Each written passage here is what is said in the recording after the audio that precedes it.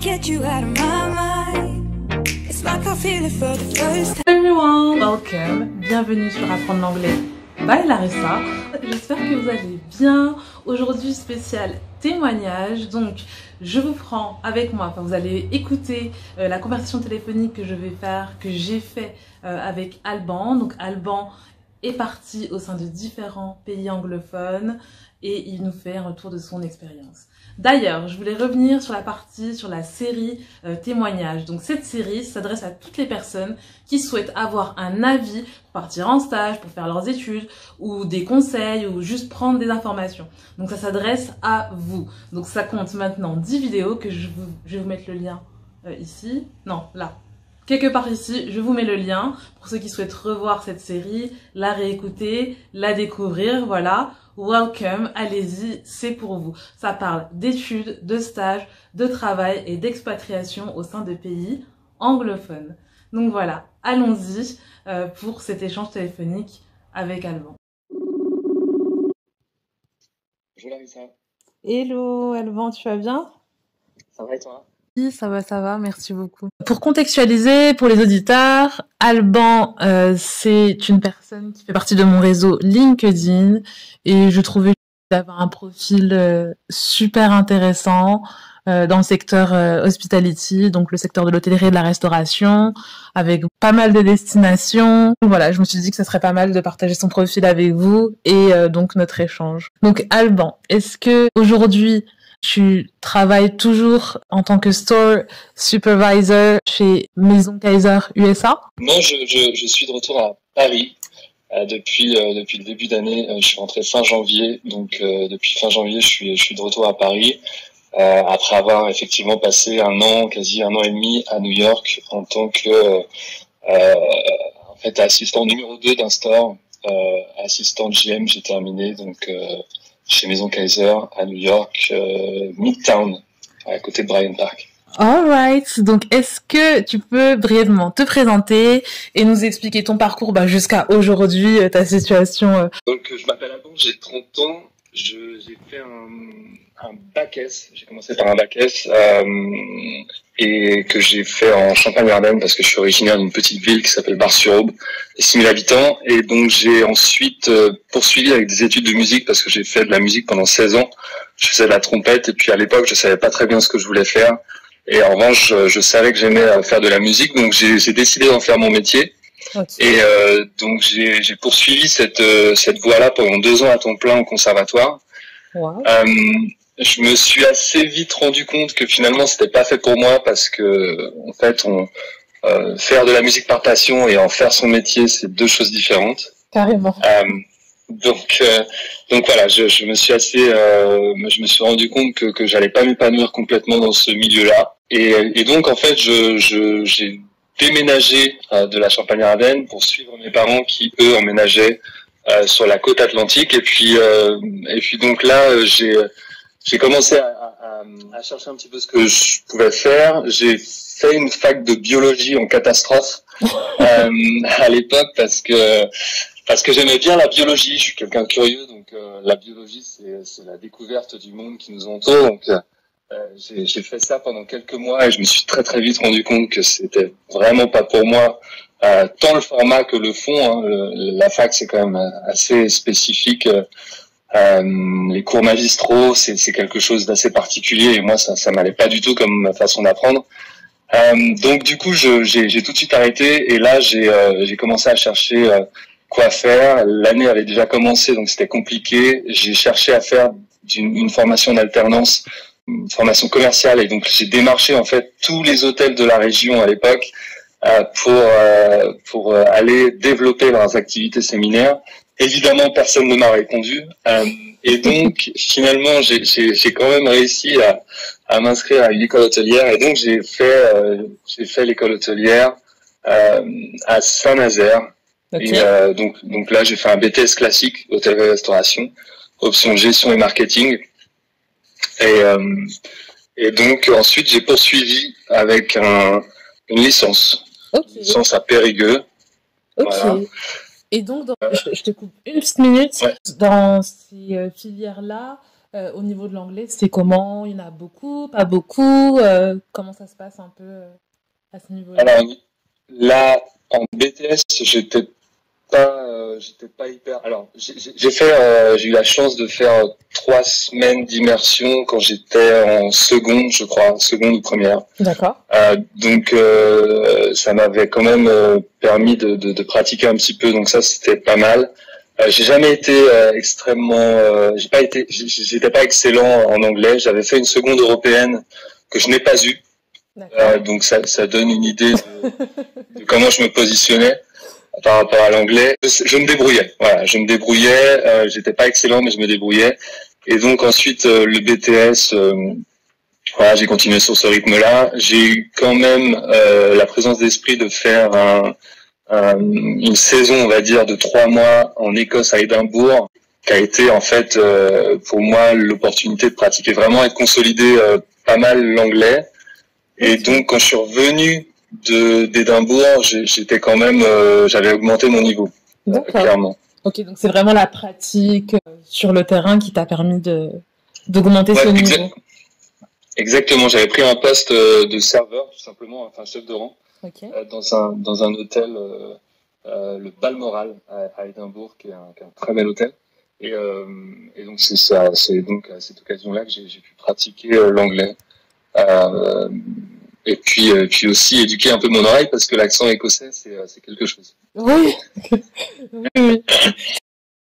J'obtiens mon BTS, donc le fameux la fameuse immersion à Édimbourg, c'était sur une année de BTS, je sais plus quand, mais voilà. Donc ensuite j'intègre le bachelor à Savignac, à D'accord. l'école de Savignac. Donc là cursus en anglais majoritairement et avec en fait un stage à Paris, à la Philharmonie de Paris. Donc là pas de pratique d'anglais du tout. D'accord. Le Donc j'obtiens mon bachelor et je décide en fait de partir directement à l'étranger et de ne pas poursuivre avec un billet. Donc je pars à Jakarta pour faire un F&B Management Training parce que je suis toujours très branché restauration plutôt qu'hébergement et hôtellerie. Ok. Donc je pars là-bas dans ce cadre-là avec Kempinski, qui est un groupe allemand. Ouais. Et donc je fais alors malheureusement je termine pas ce programme parce que j'ai pas la chance d'être suffisamment bien coaché, on va dire. Ouais. T'es un peu trop laissé au dépourvu. Ouais, exactement. D'accord. Donc du coup je suis un petit peu en fait j'avais une envie incroyable d'apprendre et en fait j'étais un peu livré à moi-même et du coup j'étais en position de celui qui transmettait beaucoup sans avoir la partie j'apprends aussi moi de mon côté des choses sur l'aspect technique, administration, comment est-ce qu'on organise un service, enfin voilà, il y a des choses qui m'ont manqué. Donc j'ai passé un excellent programme parce que culturellement c'est extrêmement enrichissant.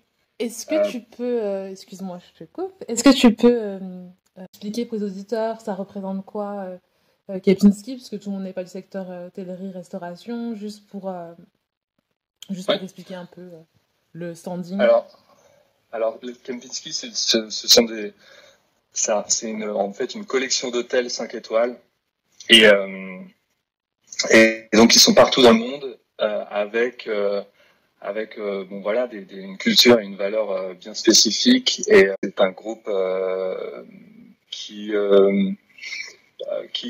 fait comme le font finalement les groupes hôteliers Accor, Hilton, Hyatt et compagnie, qui font des programmes destinés aux jeunes diplômés hôteliers pour leur permettre d'acquérir de l'expérience et puis de se familiariser avec la culture de l'entreprise et en fait c'est la garantie pour eux d'avoir des gens qui maîtrisent les processus internes et puis d'être des ambassadeurs merveilleux pour leur entreprise en fait. Merci. Pour les hôtels. Donc il y a plusieurs types de programmes et moi j'avais choisi le programme restauration Il y a aussi un programme accès hébergement, mais tout ça change assez rapidement, donc je ne sais pas exactement s'ils continuent de faire ce genre de choses sur ce format. Mais en tout cas, c'est on va dire une bonne poursuite. Enfin, c'est un mix, c'est un bon compromis entre les études et le milieu professionnel pur et dur, parce qu'on est quand même pas mal accompagné normalement, mais ce n'était pas mon cas à l'époque. Voilà.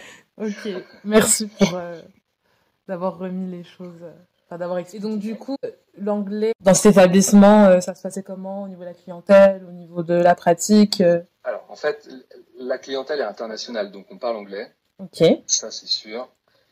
Ensuite, les collaborateurs, les gens avec qui je travaillais, eux, parlaient anglais s'ils avaient à le faire.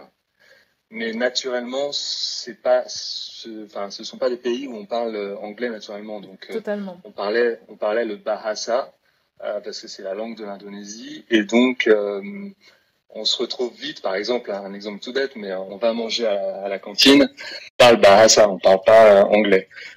Et sauf si effectivement, moi, je suis à une table, et donc là, les gens vont essayer de faire l'effort, mais globalement, on est quand même immergé dans une langue locale, et donc, hormis effectivement avec les clients, on parle pas à longueur de journée anglais. Ok. Voilà. Donc voilà, je mets donc fin à ce management training, et je pars en Suisse pour là du coup rejoindre une équipe qui fait l'ouverture d'un hôtel à 2000 mètres d'altitude en plein cœur du Valais. Et donc, je prends en fait l'exploitation du département restauration de cet hôtel, qui est un hôtel de 27 chambres, 4 étoiles. Alors là, pour du coup, l'anglais, c'est pas du tout la langue de communication, même si on a quelques clients qui parlent anglais ici ou là, mais ça reste très local, très famille, voilà. Donc là, c'était plus pour un challenge, du métier, un challenge technique et venir apprendre des choses que j'avais encore jamais faites. Donc voilà, beau challenge, mais effectivement pas du tout tourné vers l'international et ni l'anglais. Ok. Et puis après, j'imagine que les responsabilités devaient être intéressantes parce que c'était un plus petit établissement, donc c'est toujours bien aussi de voir ça. Complètement. Et là, pour le coup, j'avais la chance d'être extrêmement bien encadré, épaulé, coaché, mentoré. Ouais, j'ai passé une expérience fantastique auprès du couple de dirigeants avec qui je travaillais. Et donc ensuite, je termine cette expérience-là, et comme j'ai ce besoin d'être dans un environnement qui bouge, ce qui n'était pas le cas de mon petit village suisse, je rejoins Paris pour faire de l'événementiel, où là je fais du commercial au sein d'un traiteur parisien qui s'appelle Potel et Chabot. Je fais Roland Garros avec eux, et puis c'était de toute façon une mission courte, donc c'était pour moi une façon d'envisager la suite. Donc je prévois la suite, et par chance je tombe en fait sur quelqu'un chez Potel et Chabot qui me met en contact avec une personne chez Maison Kaiser USA à New York. Et donc je m'entretiens avec cette personne-là à New York, et puis finalement le contact passe bien, et donc j'en arrive finalement à faire mon visa pour New York, et c'est comme ça que je suis arrivé là-bas. Génial. T'es parti sous un visa J1, J1 Training. D'accord. Ouais, tout à fait. Quelle a été la question qui t'a été posée le jour de son entretien à l'ambassade? Je sais pas si je te rappelle. J'ai un souvenir en fait que c'était finalement que je m'étais beaucoup préparé pour finalement ne pas avoir à dire grand-chose, et en fait tout s'est passé de manière très simple, et enfin voilà, je m'attendais à un processus extrêmement compliqué, alors que finalement ça a été très simple. Ouais, ça varie d'une personne à l'autre. Et donc, comment s'est passée ton expérience là-bas de 1 an et demi? Comment t'as vécu les choses? Comment t'as vécu l'expérience américaine à New York? Alors, c'est sincèrement l'une des plus belles expériences que j'ai faites jusqu'à présent, pour plusieurs raisons. La première raison, c'est que New York, ça reste une ville incroyable. que c'est à mon avis une ville à faire un jour dans notre vie pour y travailler, parce que je trouve que la mentalité business est extrêmement intéressante à New York. Donc ça a changé à jamais ma vision de notre métier, et puis la vision de comment est-ce qu'on doit how we have to run a business. Mm-hmm. Et donc comment il faut faire les affaires, pour ceux qui n'ont pas compris. et donc ça a été voilà un vrai choc pour moi, et j'ai adoré.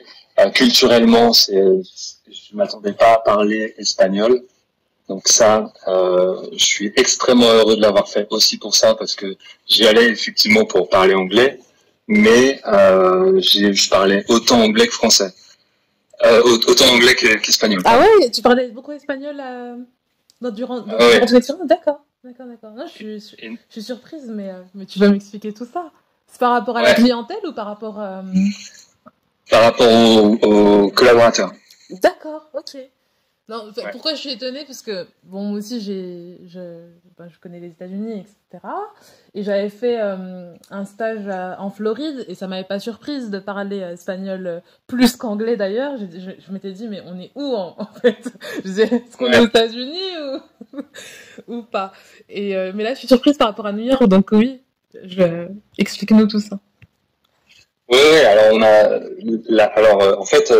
La beauté de l'endroit où je travaillais, c'était que j'avais une partie retail, donc boulangerie comme on la connaît nous, avec cette partie où les gens se servent en sandwich, salade, boisson, et puis ils payent à la caisse. Mm-hmm. Et donc, et puis avec cet espace coffee shop, parce que effectivement, un endroit sans café, c'est pas vraiment, ça n'a pas de sens aux États-Unis, et surtout pas à New York. Donc j'avais cette partie-là, et de l'autre, j'avais un restaurant classique, restauration assise, où on faisait, donc Maison Kaiser, ils font du pain, leur cœur de métier c'est ça, mais on faisait aussi dans la partie restaurant des soupes à l'oignon, de la quiche lorraine, enfin voilà, tous les plats français comme on peut les imaginer.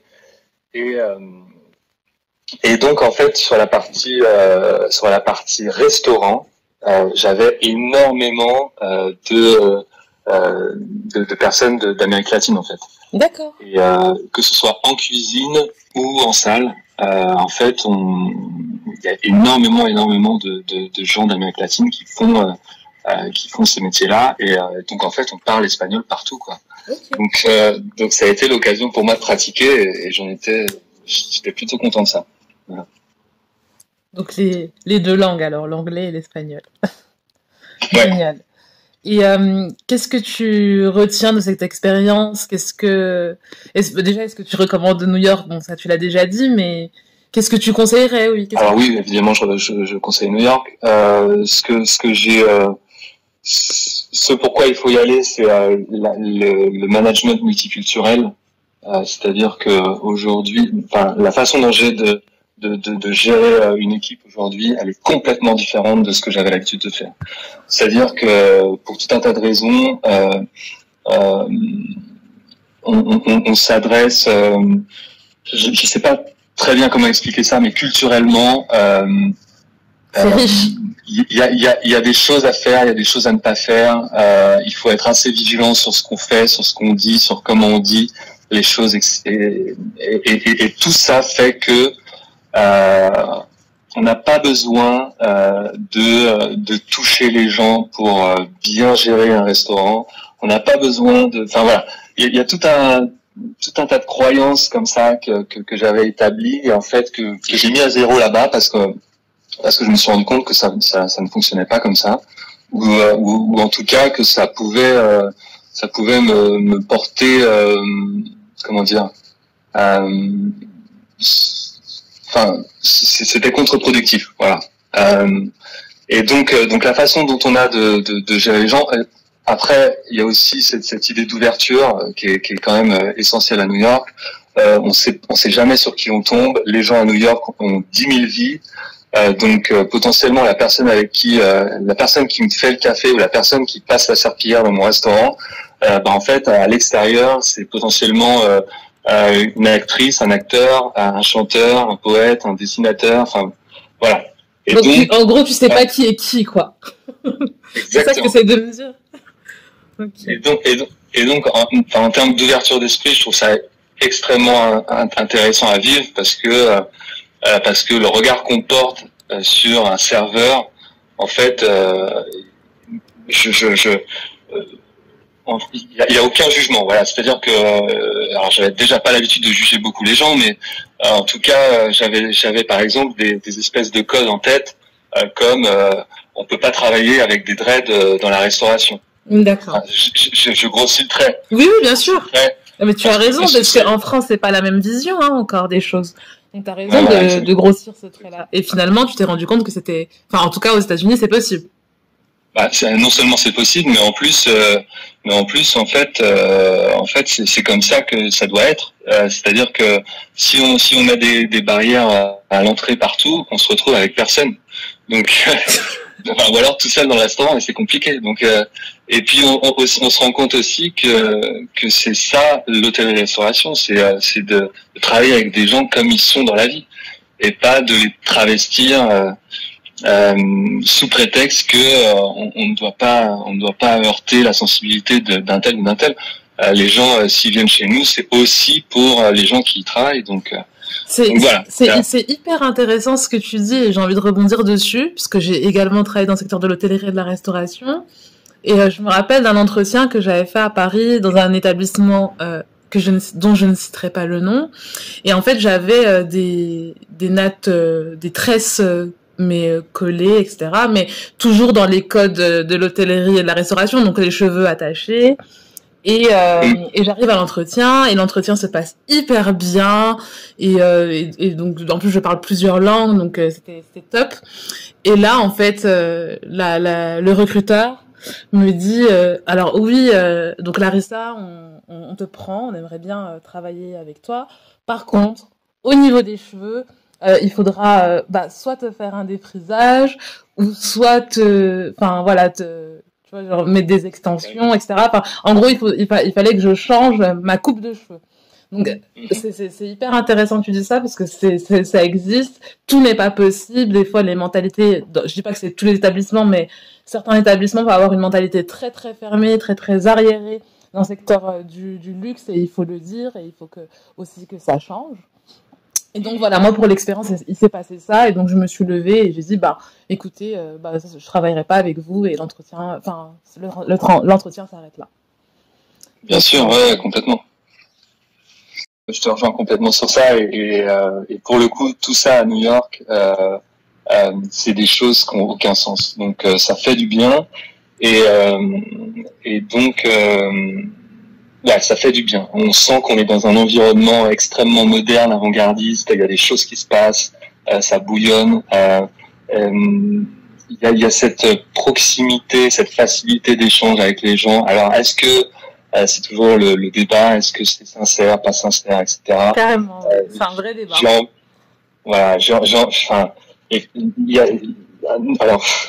Ça dépend des gens, effectivement, mais alors c'est vrai, New York,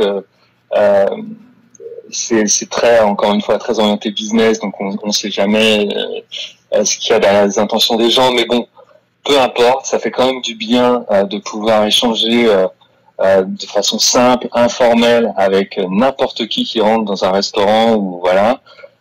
Il y a aucune barrière comme on pourrait en avoir parfois dans certains pays européens.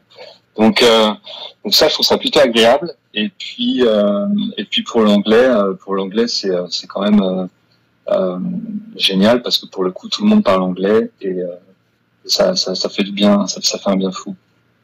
Ok. Et aujourd'hui, alors, quels sont tes projets? Que regardes-tu? Comment souhaiterais-tu évoluer? C'est le confinement, donc c'est une période assez spéciale, j'ai envie de dire, mais qu'est-ce que tu prévois? Alors, c'est une excellente question. Depuis que je suis rentré de New York, j'ai commencé par reconnecter avec l'écosystème parisien, parce que je suis basé à Paris. Et donc, ça veut dire quoi? Ça veut dire rencontrer des gens qui sont a priori éloigné de moi en termes de secteur d'activité, de métier, etc. Pourquoi? Parce que je souhaitais continuer de m'inspirer de tout un tas de gens qui font des choses différentes des miennes, et que en fait ça me nourrit énormément dans moi, ce que je peux apporter dans mon futur poste. Alors aujourd'hui, je souhaite du coup sortir des opérations, parce que jusqu'à présent j'étais dans l'exploitation pure de restaurants. Je souhaite aujourd'hui complètement quitter ça et faire alors soit de la gestion de projet, parce que c'est quelque chose qui pour le coup mobilise tout un tas de qualités et qui élargit un peu les compétences que je pourrais avoir.